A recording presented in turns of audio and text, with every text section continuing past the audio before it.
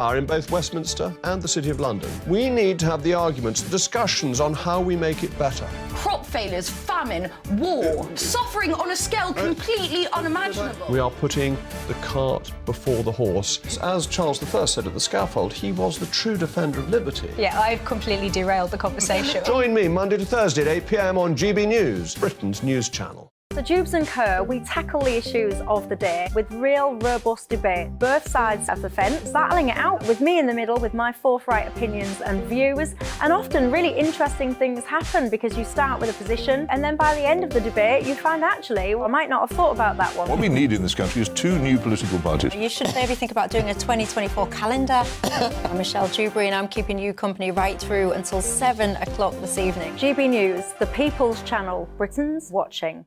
I'm Mark White. As GB News Home and Security Editor, I cover those key issues that are so important to you. Our authorities, our communities doing all they can to combat violent crime. With the public services under unbearable strain, why are we still failing to control our borders? Defence, the first priority of any government, has been continually hollowed out. Can we trust our politicians to protect the armed forces? Join me, Mark White, on GB News.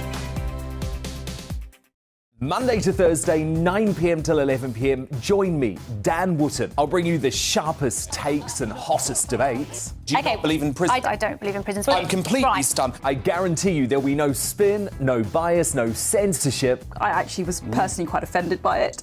and no reason to go to bed. So I guess they've always been quite woke. That's Dan Wootton tonight on TV, radio and online. Monday to Thursday from 9 p.m. till 11 p.m. on GB News. The People's Channel, Britain's news channel. You've probably seen politicians interviewed 1,000 times, but we do it differently. We find out who they really are, we don't shout, we chat, and hopefully we bring a bit of light, not just heat. Did you know Kate Moss? Apparently. Do you have a pair of jeans or a pair of jeans? No, of course I don't. What would I do with them? My friends are like, oh my God, what's she doing now? Join me every Sunday at 6 for Gloria Meets, only on GB News, the People's Channel, Britain's news channel.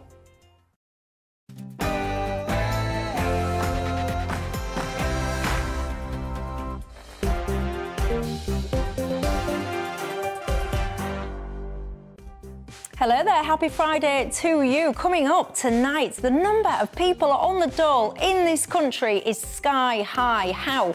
I'm asking you tonight. Do we get Dolly Britain back to work? And the World Health Organization, they are planning a new treaty, a plan for future pandemics, which would potentially mean that they have the power to dictate to us, the UK, that we have to go into lockdown, dictate things like vaccine passports, quarantine, and all the rest of it. I say, no, thank you very much. What says you? And the whole trans movement, where are we with this? We've seen on the one side of the fence a cycling body saying that so-called trans women cannot compete in a female category. On the other side of the fence, though, at headquarters in London, we've seen the police called to have to do a controlled explosion on something left there by trans activists while they were simultaneously dousing the building with urine. What's going on? And let's face it, a lot of us right now are not massively engaged in politics. Where does that start? How do we get ourselves so? Many people saying you've got to go backwards, start at primary schools and teach politics to the kids. I can't help but wonder, is this just not a kind of subtle way to try and indoctrinate the kids into the politics, let's face it, of predominantly the left wing? Am I just being cynical? You tell me. We're going to get into all of it with my Friday favourites as well, Alex Dean and Paul Embry. But before we do, let's bring ourselves up to speed with the news.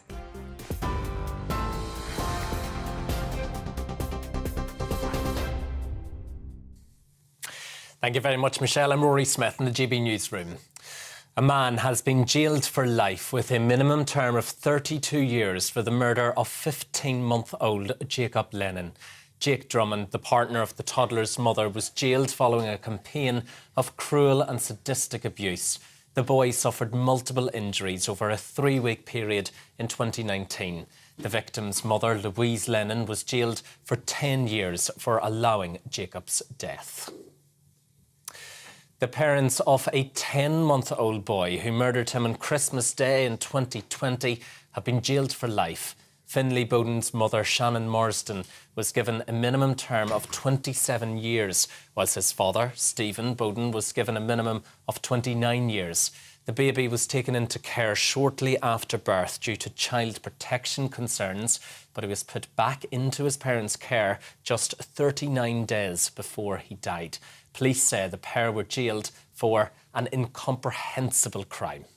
Bowden and Marsden, from the moment Finlay returned to their care, throughout the trial, after conviction, and even at sentence, have never taken responsibility for their actions. They lied and obstructed professionals who were attempting to see Finlay to establish that he was being cared for in the correct manner. The First Minister of Wales has held a meeting in Cardiff after the deaths of two teenagers sparked a riot. 16-year-old Kyrie Sullivan and 15-year-old Harvey Evans were killed while riding an e-bike. The police watchdog is investigating after CCTV footage emerged that shows a police van following the teens just before their deaths. Cars were set alight, windows were smashed in the violence afterwards, with 9 people arrested following the disorder. Police in Northern Ireland have released new footage of several vehicles used by the gunman in connection with the attempted murder of a senior police detective. Detective Chief Inspector John Caldwell was shot several times whilst coaching a youth football team at a sports centre in Omagh last February. Officers believe the black Mercedes-Benz was used both before and after the attack to transport the gunman and others away from the scene. 9 men and 2 women, aged between 21 and 72, were arrested this morning, while Detective Chief Superintendent Eamon Corrigan provided an update on those arrested. They've been taken to the Serious Crime Suite in Musgrave Police Station, where they are currently being questioned by detectives. The arrests are a significant development in the investigation. Today, I am also releasing new CCTV footage and photographs of a number of cars used by the gunmen and those involved on the night of and prior to John's attempted murder on Wednesday, the 22nd of February. An 18-year-old teenager has been arrested again just days after being fined for entering someone's home without permission.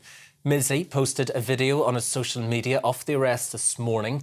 Well, earlier this week, he pleaded guilty and apologised after being handed a criminal behaviour order for filming himself entering private residences and posting them on social media. He appeared at Thames Magistrates Court and has been fined £365. An 11-year-old boy is in critical condition after being hit by a police car in Lancaster. The force says it was attending an emergency call when the collision occurred late last night. The officers are working to establish what exactly happened and has referred the incident to the police watchdog. The Battle of the Atlantic commemorations have been taking place in Liverpool with the Princess Royal as the guest of honour. It was the longest military campaign in World War II. A service has been held and concluded in a flypast by historic aircraft on the 80th anniversary. Her Royal Highness formally unveiled the new Battle of the Atlantic Memorial Garden. Well, one of the veterans, Ken Benbow, told GB News he will never forget what he went through. I went in as a boy, I came out as a man. I left school, I couldn't read or write. Everything I did, I learned from the Navy. I'm proud of it, and I thank the Navy. Bless him. Pope Francis has skipped meetings today because of a fever. The Vatican hasn't provided any more details on the 86-year-old's health, but has said he didn't receive anyone in audiences this morning. It comes after he spent 5 days in hospital. That was at the end of March for bronchitis, but he recovered quickly following a course of antibiotics. TV, online, DAB+ radio and on TuneIn. This is GB News. Now, though, back to Michelle.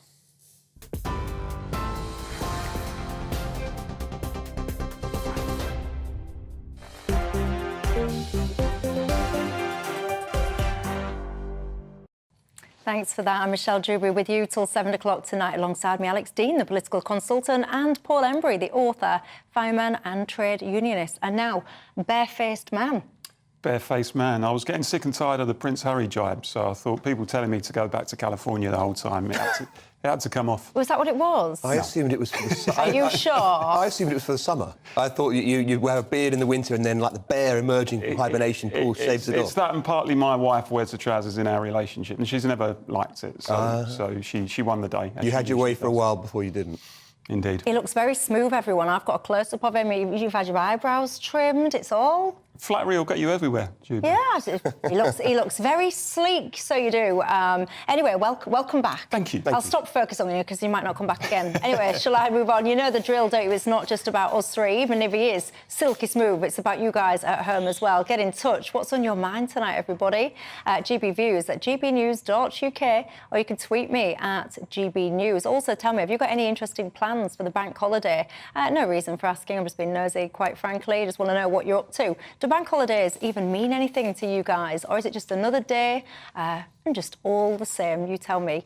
Anyway, this week, in a high-profile legal case, Prince Harry lost his attempt to hire the Metropolitan Police Force. The argument was clear. The police are not for sale for the private security of individuals.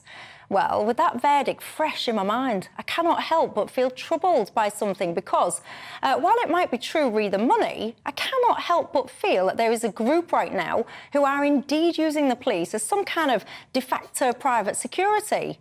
I refer, of course, to the mollycoddling of the Just Stop Oil protesters, people who, for about a year now, have been causing severe disruption to folk who are just desperate to go about their daily business. Day after day now, people are prevented from going to work, getting to hospitals, or just even going to pick up their kids. Have a look at this, for example, this frankly outrageous scene at the Old Kent Road, yep, the one from the Monopoly board, in London today. That's all right. Yeah, but it does have a hospital for it, and you guys just Yes. Yeah, I don't believe that's the case. He needs to go. Wait, Weasel! He needs to go, because this happening goes back. Sir! Yeah, you said go. Yeah. Get out of the way! You're a joke! Yeah, you did hear and see that right. The police officer goes up to the protester and explains that a driver needed to get through because he had an urgent hospital appointment. As you just heard then, the protester declares, well, I don't believe that that is the case, and refused to move. Of course, the police officer did absolutely nothing. And then what you've just seen then is the very understandably frustrated driver mounting the pavement, which, by the way, was chocker full of pedestrians, and then off he goes. Frankly, I personally think it was a miracle that nobody was hurt. Now, much of this concerns me, but not least the fact that this protester believes that he somehow has this weird ability, almost entitlement, to almost try and play God to decide who indeed is ill and who should be able to access healthcare. The arrogance of this fella, to me, truly knows no bounds. And, by the way, I do not condone the actions of the driver, but I do understand them. Because now members of the public are being pushed to the absolute limit by the selfish, self-absorbed, work-shy eco-terrorists. You will be familiar, I'm sure, with this scene that I'm playing out on the screen, the workman who was arrested just this week for pushing protesters out of the road. You guessed it, the police immediately rounded on him with what I would say was way more force than was necessary or used in the first place. Now, surely it's clear to all that can see that the police these days seem more concerned with protecting and facilitating this eco-terrorism than they do much else, on the side of the disruptors rather than the disrupted. But you see, in this country, we have the noble concept of policing by consent. The common consent of the public to being policed is key. But the longer that this eco-terrorism is allowed to take place, and I would argue facilitated, I worry that we're going to see people trying to police the situation themselves. And I worry that somebody soon is going to get seriously hurt or worse. And when that happens, if you ask me, the police bosses will have blood on their hands.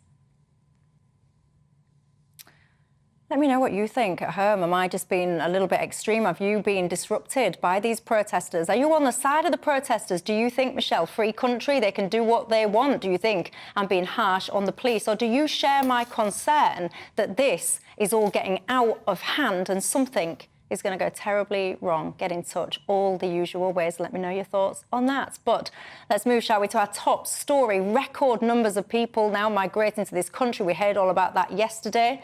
Let's face it, though, often it's to do work that British people could do and perhaps don't want to do. And get this, everyone, we've got almost 4 million people who are not only collecting jobless benefits, but have been exempt from having to look for work. It's got me thinking, so it has. How on earth do we get what I'm going to crassly call dirty Britain? I don't know if it's a northern term, but I think people will know what I mean.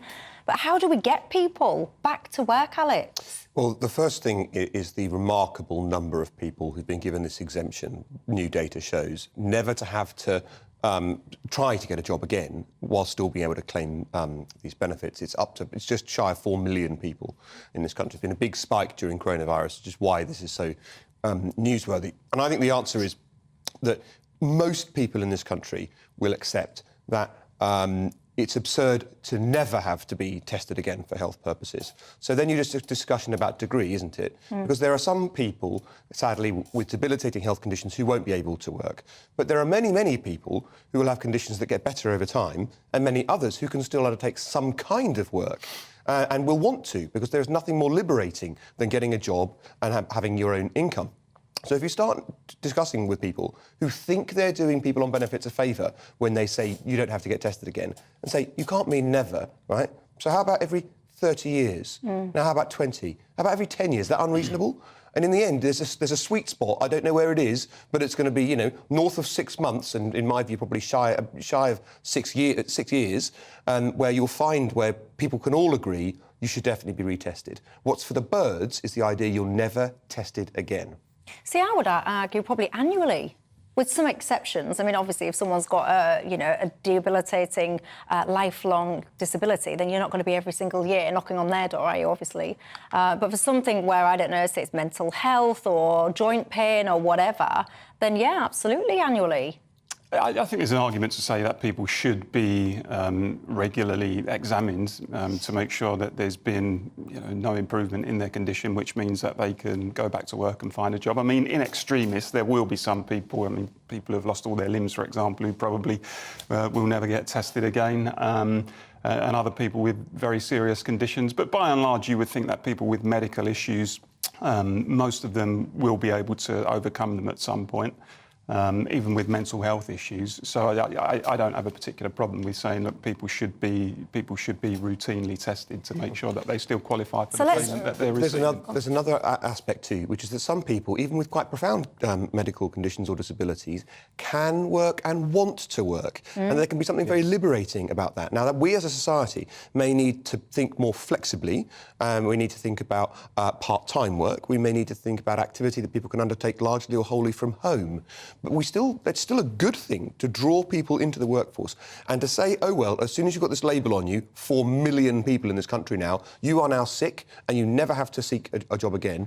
That, to me, smacks of the soft bigotry of low expectations. So once you've been put in that bucket, you never have to try and work again. At the same time, though, Alex, this is the key point. It has to be a quid pro quo. So on the one hand, yes, you need a rigorous system around welfare payments. You need to make sure that it is, in the old saying, it is a safety net, not a comfort blanket. Sure. I have no issue with someone on the left saying that should be the case. But at the same time, what you can't have is a situation where, frankly, for many people, there's no incentive to go back to work, particularly if you look at the moment in terms of people's real wages falling.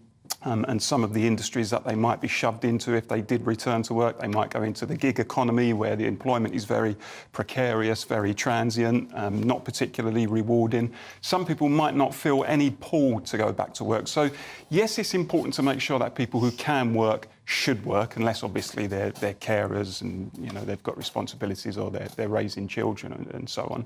But at the same time, you've got to make sure that those good jobs are there. You've got to make sure that pay is better than it is generally across the board.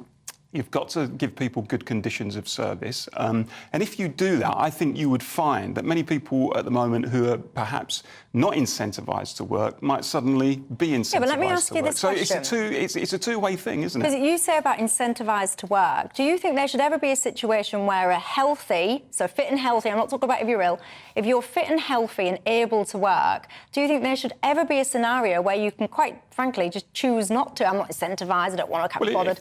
I do not think that should be an option. Well, if you're living off your own means, and oh, yeah, of obviously, course, if you're a multimillionaire, it's retired, I don't care. I'm not on about you. I'm on about should you choose. Although, of course, we should tax those people to make sure that wealth is redistributed. No, but should you be able to make a choice to live on benefits if you are able to work? No, I mean, there are, I think, some circumstances where, as I said, people have got caring responsibilities or their own personal circumstances might dictate. But if you're able to work and you don't have those particular issues, and you are claiming benefits, then in my view, if there's a job available for you, then you should work. But one thing I would like to see in this country... But do you think then if they choose not to work, then you should not be allowed to claim benefits? So to be clear again, if you can work, you're able to work, but you choose not to, do you think then you should have your benefits removed? Well, look, I wouldn't like to see a society where we effectively allow people to starve, OK? So you're not allowing them to starve. They're choosing not to go get a job. Well, they may be, but ultimately, I don't want to see a society where we withdraw every source of funding from that person and we potentially lead to stuff. But look, let me be clear, I'm not a million miles from you on this. I believe in a contributory welfare system. I believe that it should be a something for something approach rather than a something for nothing approach. I believe in the principle of reciprocity at the heart of a welfare system, mutual obligation rather than just universal entitlement. I believe that those who pay into the system more should get more. I also believe that we should look at things like social contributions, so not just financial contributions into the system, but people who have looked after their elderly parents, people who raise children, people who do community work and stuff like that. So I have no particular issue with that. But as I said, you've got to give people the incentive to get out there and work. And for too many people at the moment, there isn't their incentive. Well, that's right, because you should never be. It should never be a situation where you're better off on benefits than you are in work. But we may have to think about how we can be thoughtful and flexible in the same way that we have been about universal credit and people getting top-ups to benefits to try and incentivise people to take on more work. It may be that someone who is or has been sick for a long time can work and wants to work, but can't work for as much time in a week, is unable to do that. Now, I would be up for a system where, the benefit tails away over time and wages increase with the hours that you work, but it should pretty healthily and pretty quickly reward you for working. Let me ask you this, right, and I confess I have not researched this before thinking, but as you're talking, I've got a memory floating into my head. I vaguely recall, and I think she was called Rosa Monckton, I might have the name wrong. It's embarrassing. And she had a daughter, or has presumably, a daughter that had a learning difficulty, and please bear with me and forgive me if I get a couple of these details wrong, because I'm just sparking off what you're saying. And I'm sure that she argued and campaigned for her daughter to be able to go into the world of work, but she said, I accept my daughter can operate, physically, mentally, whatever, operate at the same level as just an able-bodied, able-minded person. So she was happy in saying that her daughter can make a contribution and should be rewarded, but accepted it was not to the same financial level. Yeah, well, of course, we have, for many admirable social reasons, a minimum wage in this country, which people would be reluctant to see interfered with, and of course would be reluctant to send a message that somebody is worth less than one otherwise viewed as minimum. But I'm sure this was the mum. I'm going to check I'm sure this was the mum of this daughter. And what she was saying is, my daughter wants to work. Getting out and working is beneficial to my daughter. It expands your horizons, it teaches you about life, it helps you to socialise and network with other people. Work is liberating, literally from the home, and it's... the truth is... metaphorically. The truth is, we need to be honest about it. In families where there develops a culture of people not working, that does become endemic. It can be multi-generational. And it sends a message down to the children and the grandchildren that actually, you don't have to go out to work. I'm a great believer. You're better off on the sick.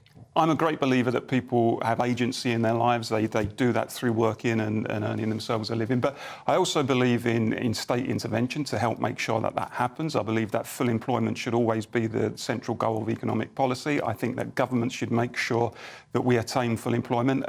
Because of that, I believe we should have a job guarantee system in this country. That's something we've floated for a number of years. What's a job guarantee system? Quickly, because I've got to go to work. Employer as last resort, so you don't have unemployment.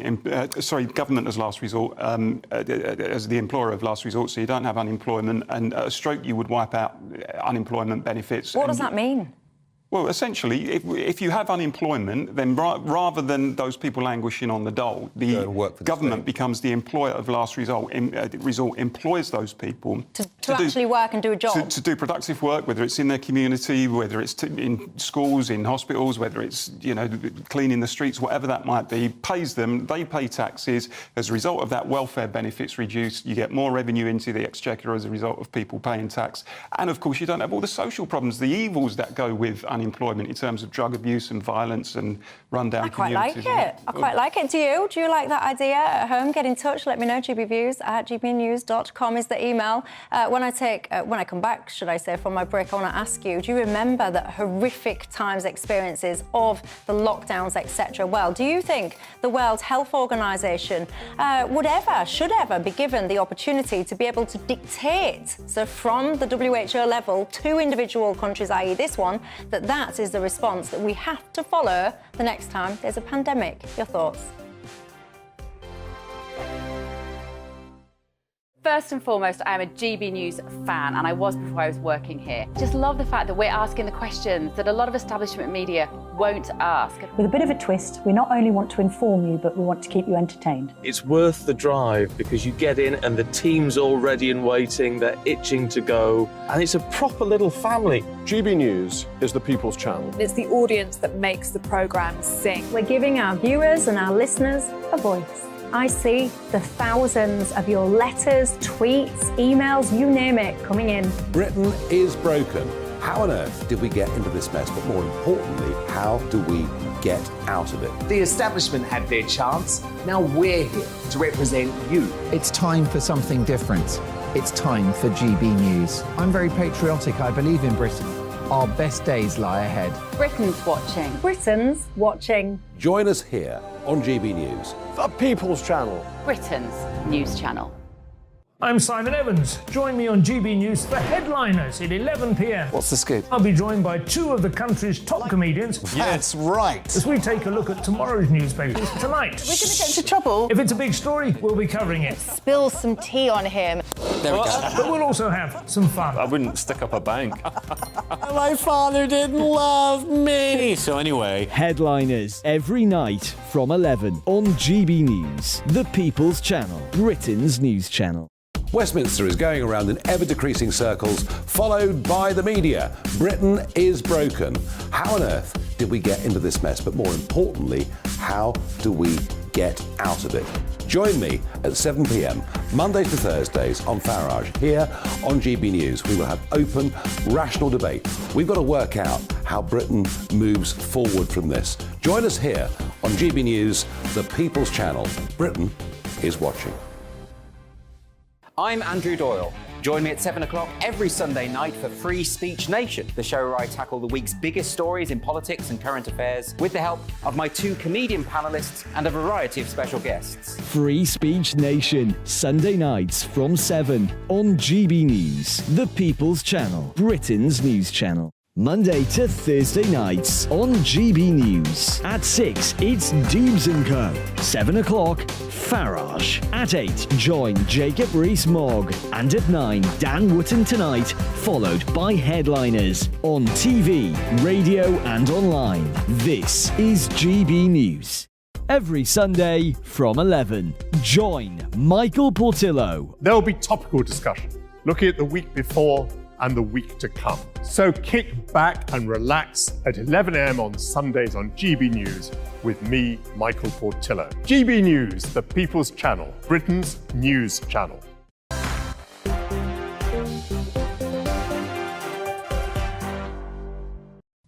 Hello there, I'm Michelle Dewberry and I'm keeping you company right through till 7 o'clock tonight. Alongside me, Alex Dean, the political consultant, and Paul Embry, the author, fireman and trade unionist. Lots of you guys getting in touch. Linda says, what an absolute treat. My absolute favourite panel, she says. Yes, you two are making her very happy this evening. Daryl says on the Just Stop Oil thing, the right to protest does not mean the right to violate the rights of others. Carl says... Joanne says, can't believe the police are actually shoving these guys more than he shoved the... But that's my point, you see. This is what I'm saying. I think that it feels to me like the police are almost just kind of defending the disruptors a little bit too much as opposed to the people that are being disrupted. Jeff on Benefits Britain says, I know loads of people not working and claiming sickness benefits. Many of them said they faked their tests. Do you grass on them then, Jeff? That is a very serious question. If you do know loads of people that are basically committing benefit fraud, do you grass them up? I would, if that was me. Millions of people who work in jobs they don't enjoy and get low wages, Michelle, but they have integrity, they prefer to work, they would never claim benefits. John says it's not rocket science, Michelle. There are loads of unemployed people on benefits that also have cash-in-hand jobs. Yes, well, that's my question to you then. If indeed you do know people that do that, why aren't you grassing on them? I don't know, you tell me. Get in touch all the usual ways. Now, let's talk, shall we, about the World Health Organization. Remember those guys? Well, there's conversations now, negotiations, discussions, whatever you want to call it, about a so-called pandemic treaty. This would be internationally. It would give the World Health Organization the power, basically, to dictate that countries have to go into lockdown, as well as all the other measures. Remember those things, vaccine passports, we saw quarantine in places and the like. Not for me, thank you very much. That is my initial response to this. Paul? Well, I hope there's no further lockdowns, because when you look at where we are now from the previous one, I think we are paying a very, very heavy price, even now, in terms of excess deaths, in terms of the inflation that's come into the system. And I just think in terms of the wrecked businesses, you know, the wider impact on the economy, and I just think we mishandled it from the beginning. I think COVID was for some people, a very serious, sometimes a fatal disease, virus. But for the vast majority of people, it did not actually present a serious threat. And my concern was throughout, from the beginning, it was almost like we treated it as the Black Death when it wasn't actually the Black Death. And instead of taking a more targeted approach, which I think we should have done, because, you know... Something like the Great Barrington Declaration. Something possibly like that. And because, you know, we should be a compassionate society. We don't want to throw vulnerable people to the wolves. We should throw all the resources of the state and civil society at putting a shield around vulnerable people and protecting them. Absolutely, yes.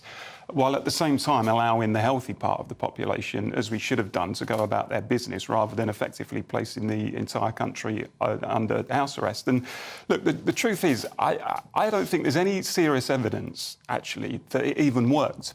I think if you look at, for example, Johns Hopkins University, that carried out a study of lockdown in Europe and came to the conclusion that the lockdowns reduced deaths by something like 0.2%, but you then need to factor in what they called the very, very huge societal costs and economic costs, which probably in the long run will far outweigh that.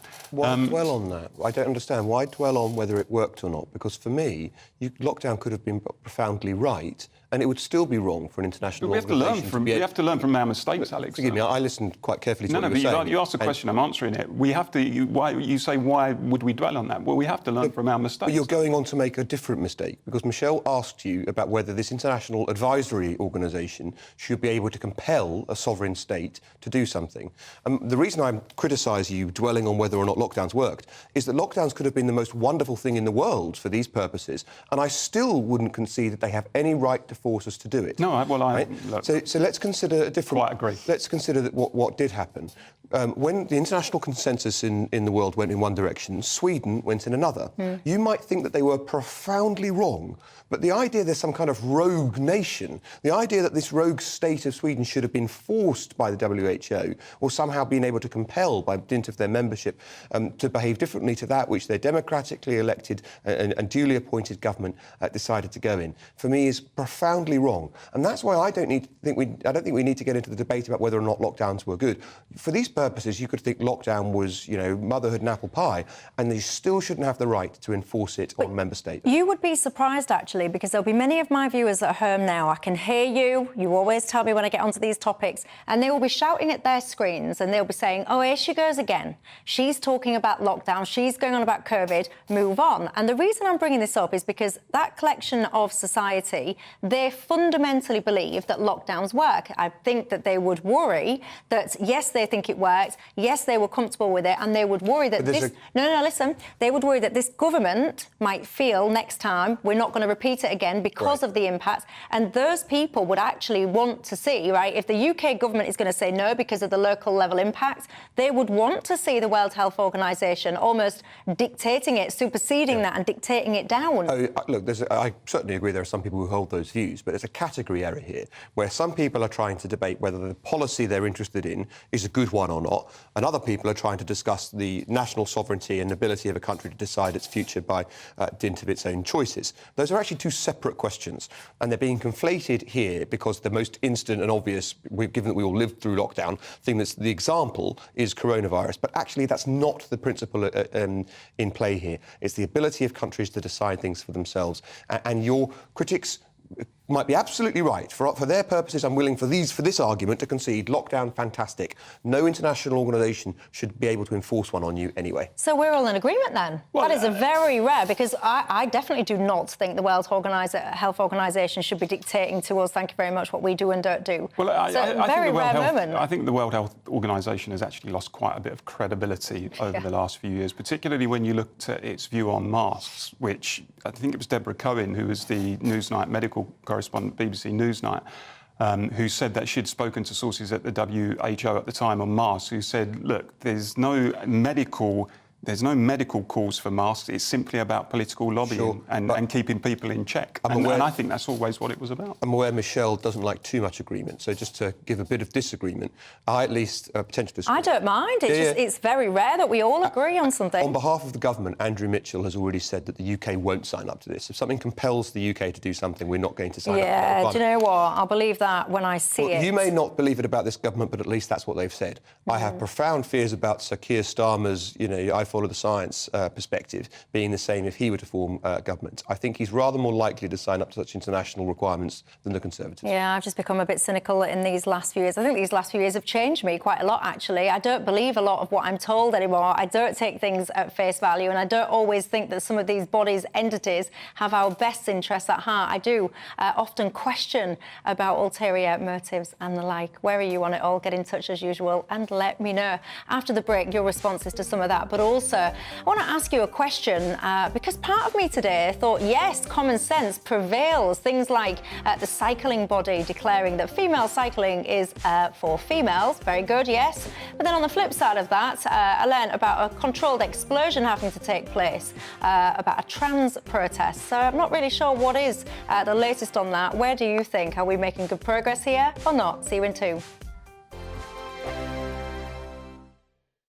It's all about family, being in people's living rooms, all the interaction and getting to know who our viewers and listeners are. When I was young, my dad used to say, no, stop arguing. I wanted an outlet that would enable me to give my opinion. People are going through a really hard time right now, and I know that you don't feel like you're being listened to by the establishment. I came to GB News because it's the People's Channel, and I want the audience to have their say on the events of the day. We're dynamic. We do something different. Democracy shows that the wisdom of the nation is in its people. I get to travel to find out what the story is from a personal perspective. The British people aren't fools. We know when we're not being told the full story. We've got to work out how Britain moves forward from this. It's the best country in the world. The establishment had their chance. Now we're here to represent your views. Britain's watching. Britain's watching. Britain's watching. We're proud to be GB News, the People's Channel, Britain's news channel. Join me, Patrick Christie's, Monday to Friday, 3 till 6. We tackle the day's news agenda like you've never seen before. It's high tempo, high octane, the most controversial topics, and the best guests. You will not be able to take your eyes and ears off it. I'm not afraid to ask the questions that you really want answered. 3 till 6 p.m, Monday to Friday on GB News, the People's Channel, Britain's news channel. Join us every night on GB News at 11 p.m. for Headliners, which is 3 top comedians going through the next day's news stories, which is exactly what you need, because when the establishment has gone crazy, you need some craziness to make sense of it. So join us 11 p.m. every night on GB News, the People's Channel, Britain's news channel. Join me, Camilla Tominey, on Sunday mornings from 9:30, taking the politicians to task and breaking out of SW1 to see how their decisions are affecting you across the UK. Bursting the Westminster bubble every Sunday morning, only on GB News, the People's Channel. Britain's watching. I'm Jacob Rees-Mogg, the Member of Parliament for North East Somerset and a former government minister. For years, I've walked the corridors of power in both Westminster and the City of London. We need to have the arguments, the discussions on how we make it better. Crop failures, famine, war, suffering on a scale completely unimaginable. We are putting the cart before the horse. As Charles I said at the scaffold, he was the true defender of liberty. Yeah, I've completely derailed the conversation. Join me Monday to Thursday at 8 p.m. on GB News, Britain's news channel. So Dewbs Co, we tackle the issues of the day with real, robust debate, both sides of the fence, battling it out with me in the middle with my forthright opinions and views. And often really interesting things happen because you start with a position and then by the end of the debate you find actually, well, I might not have thought about that one. What we need in this country is 2 new political parties. You should maybe think about doing a 2024 calendar. I'm Michelle Dewberry and I'm keeping you company right through until 7 o'clock this evening. GB News, the People's Channel, Britain's watching.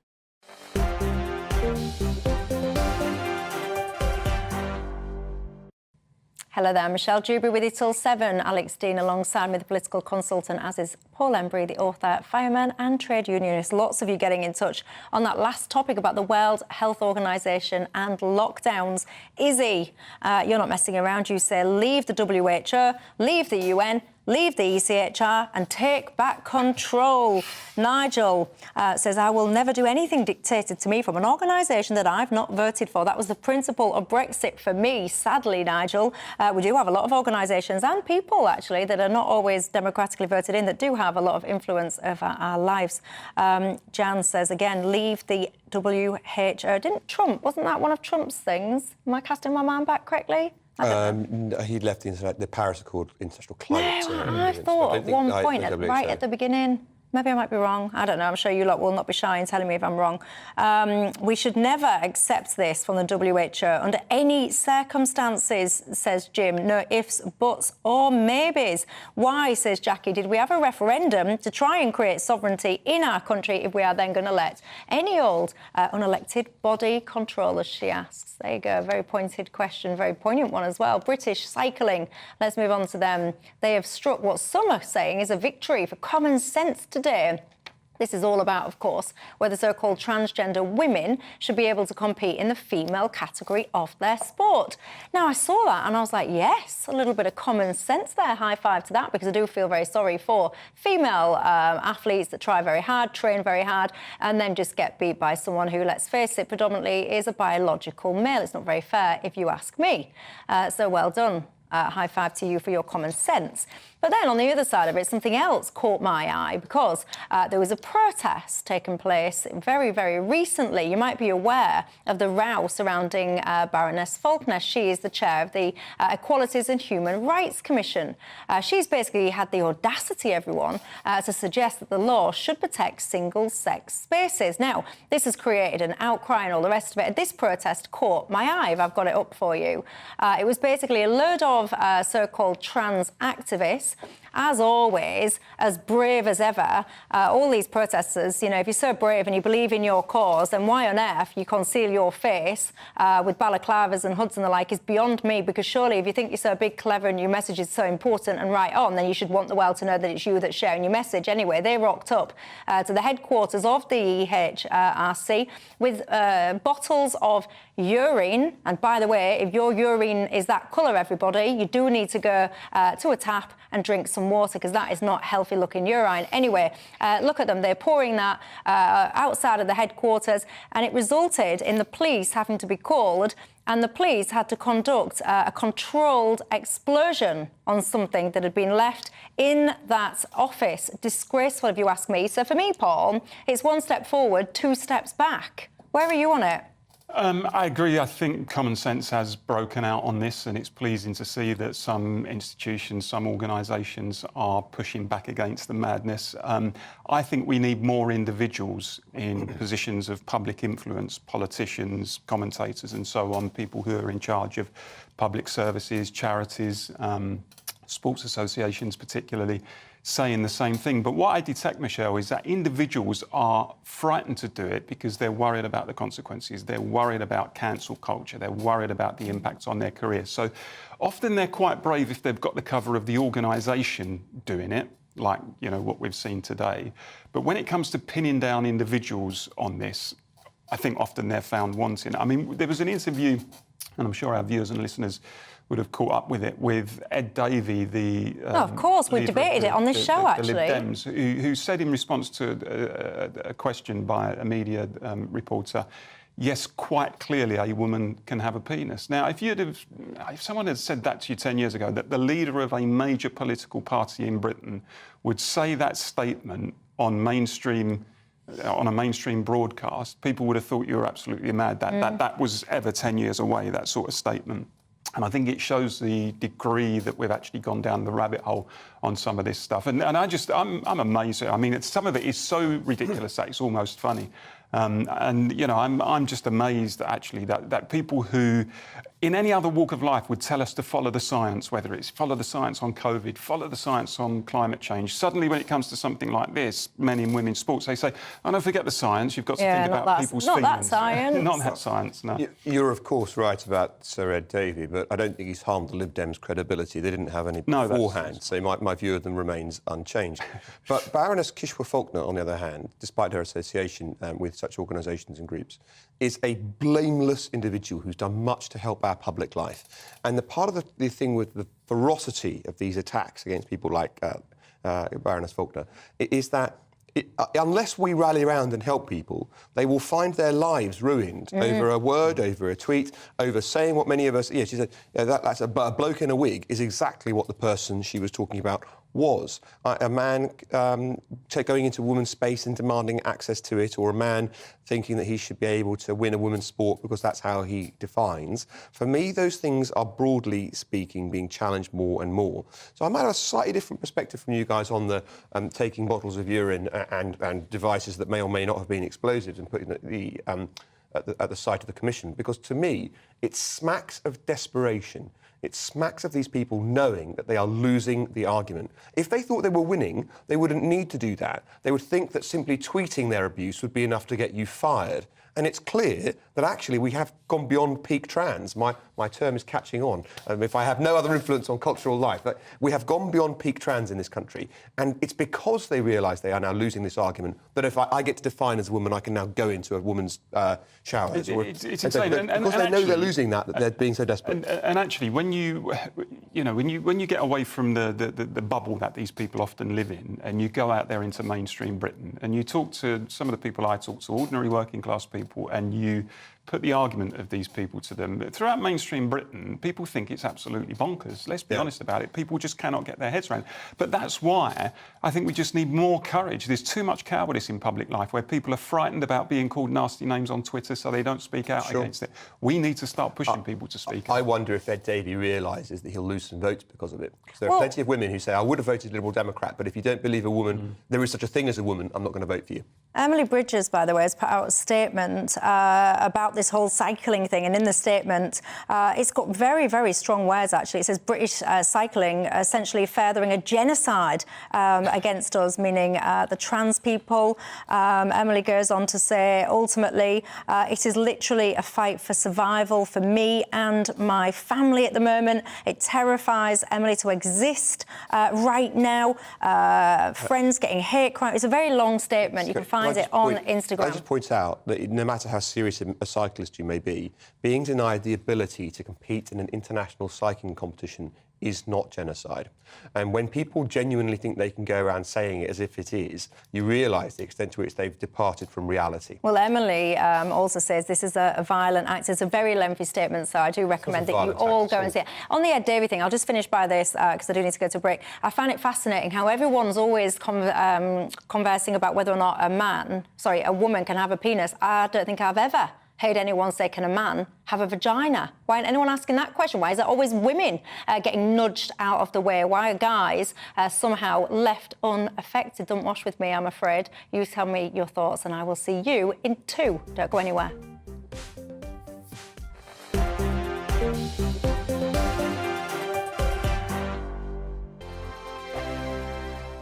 I joined GB News because I was sick and tired of not hearing my views being represented, not just mine, but so many people that I knew and spoke to. I just couldn't get my voice out there. I couldn't say anything. I couldn't do anything. Whatever the narrative was, I kind of had to follow it. GB News is there to provide a voice for those who have been ignored by the establishment media. We think different things, we've got a different style. GB News is here to be optimistic and positive about the future. It's real kind of dynamic and flowing, with the audience very much at the heart of it, like a big family.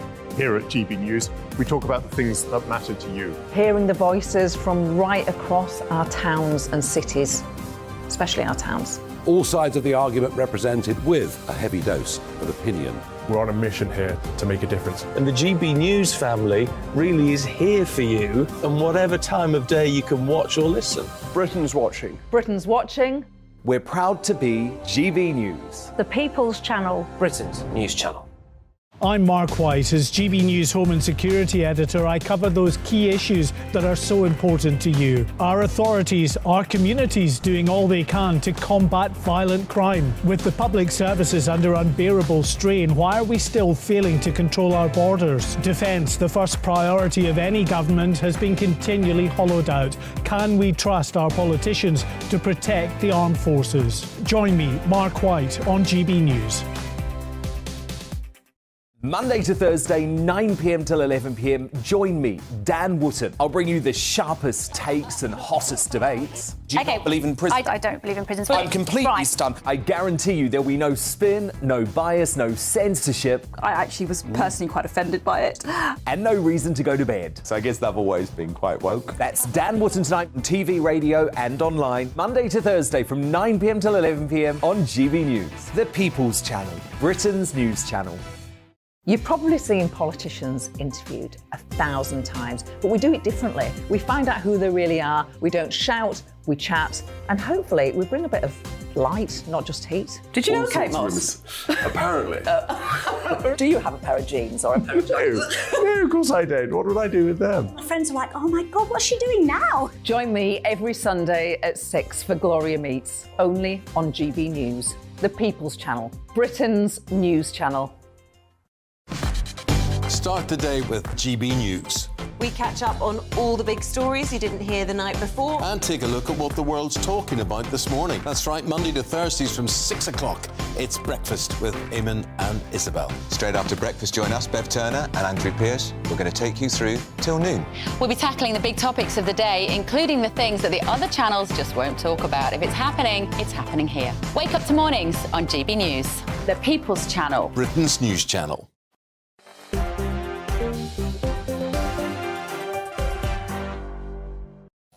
Hello there, I'm Michelle Dewberry. Alongside me still, Paul Embry and Alex Dean. Now, have you heard the news that's just been in everybody? Philip Schofield has released a statement admitting that he had an affair with a younger male member of staff on ITV's This Morning. He's admitted meeting the man when he was a teenager, though the affair took place later, and says the relationship was, I quote, unwise, but not illegal. He's also confessed that he lied about the relationship to ITV, to his colleagues, his friends, the press and his agents. The former presenter has now been dropped by his agent, and it's been announced that Schofield will not present the British Soap Awards. Alex Dean, what do you make to that? It's as if some people hadn't seen the morning show, the post-Me Too era series with a storyline about a much-loved and very successful high-profile presenter taking advantage of younger people in the studio. That is to say, above the legal age of consent for activity, of course, but nevertheless the power dynamic was very significant. And it is that which is so important in stories like this, I think. And I also must say, if this had been a man with a young woman, I don't think it would have stayed quiet for anything like so long. Because, of course, he has announced his homosexuality on live television and so forth. He's made a show of it and effectively, in some ways, been able to hide behind it. When if it were a heterosexual relationship, it would have been dismissed for the more than unwise activity that he has admitted to it have been. I just want to say one other thing, given the channel that I'm speaking to you on. There are people who have worked in and around that business, presenters and behind the scenes, who had gone to their employer and said, what is happening with Schofield is completely wrong. And their employer took Schofield's side and not theirs. There are people who have for years been saying that Philip Schofield is a wrong 'un. How do you know that? Because they have quite very publicly said so. Paul? Well, look, I mean, I must confess I don't have a huge amount of interest in Philip Schofield's love life, to be perfectly honest. But what I do think about situations like this... Should do. It sounds like it's quite interesting. Well, it certainly does, yeah. But when it comes to things like this, where the revelations are long running through the media, and then the statement like it was today, and the thing that Alex mentioned, where he came out as gay a couple of years ago, people often forget there's a family in the background. And in his case, obviously, he was married for a very long time. His wife, Stephanie, I think her name is, and he had 2 daughters who I can only imagine at that point in time were probably going through hell. It was probably very, very distressing. And, you know, at the moment are probably going through a similar experience. And I think sometimes when people are in the full glare of publicity, whether it's politicians or celebrities, people like Philip Schofield, and I can think, for example, of Matt Hancock's affair a couple of years ago, when that was broadcast all over the media, and his poor wife came out of her house the next morning. You saw this image of massed ranks of photographers just shoving cameras in her face, and that's the thing I think we need to think of. Look, ultimately these are private matters, but there are families in the background. Yeah, they are private matters, but one of the things that gets me is that, yes, we've all got a private life, but I think often when we present ourselves on national television and we capitalise on the fact that we are kind of wholesome, decent, I'm not making it necessarily about Philip Schofield, I'm talking broadly. But when people go into the media, they present this kind of family image, they capitalise on that, they're getting commercial deals, monetising it and all the rest of it, and that's not the reality.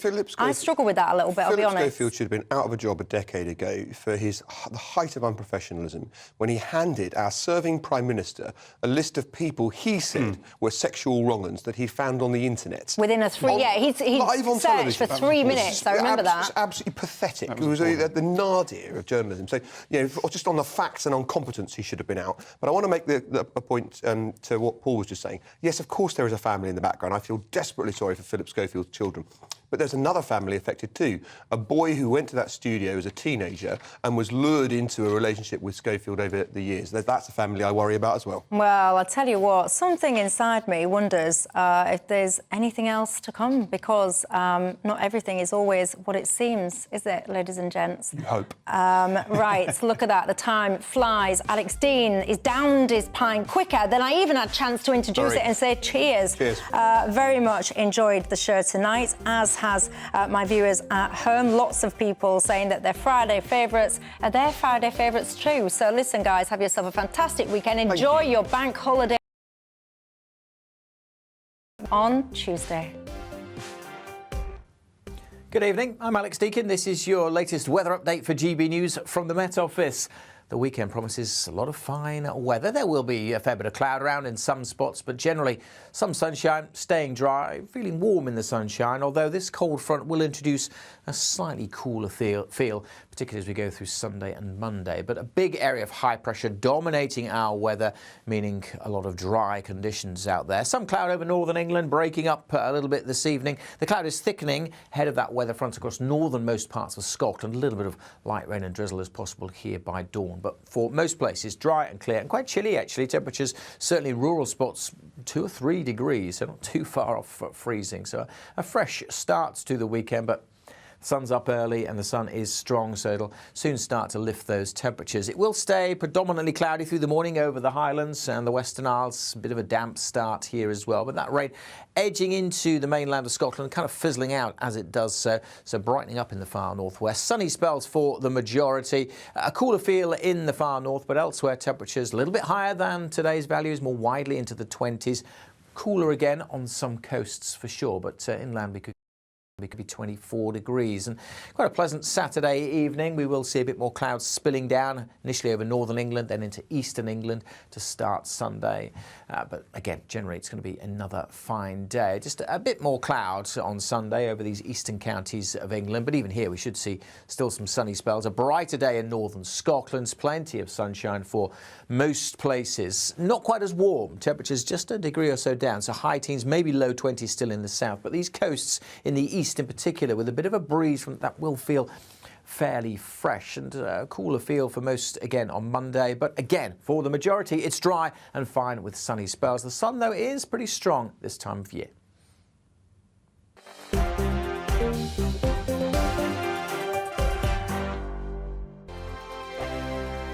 First and foremost, I am a GB News fan, and I was before I was working here. Just love the fact that we're asking the questions that a lot of establishment media won't ask. With a bit of a twist, we not only want to inform you, but we want to keep you entertained. It's worth the drive because you get in and the team's all ready and waiting, they're itching to go, and it's a proper little family. GB News is the People's Channel.